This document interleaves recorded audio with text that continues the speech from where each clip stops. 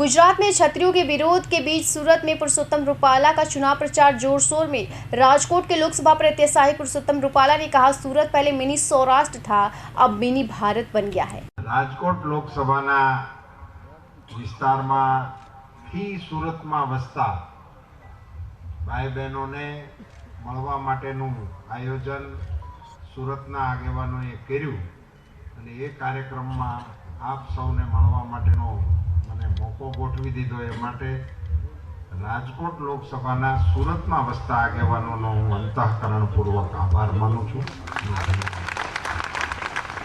સુરતમાં સભાઓમાં મારું આવવું એ કોઈ નવો વિષય છે નહીં।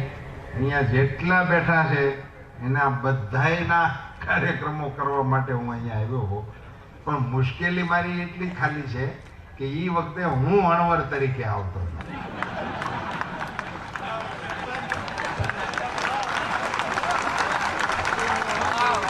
આ વખતે આ લોકોએ લીંબુ મને બાંધી દીધું।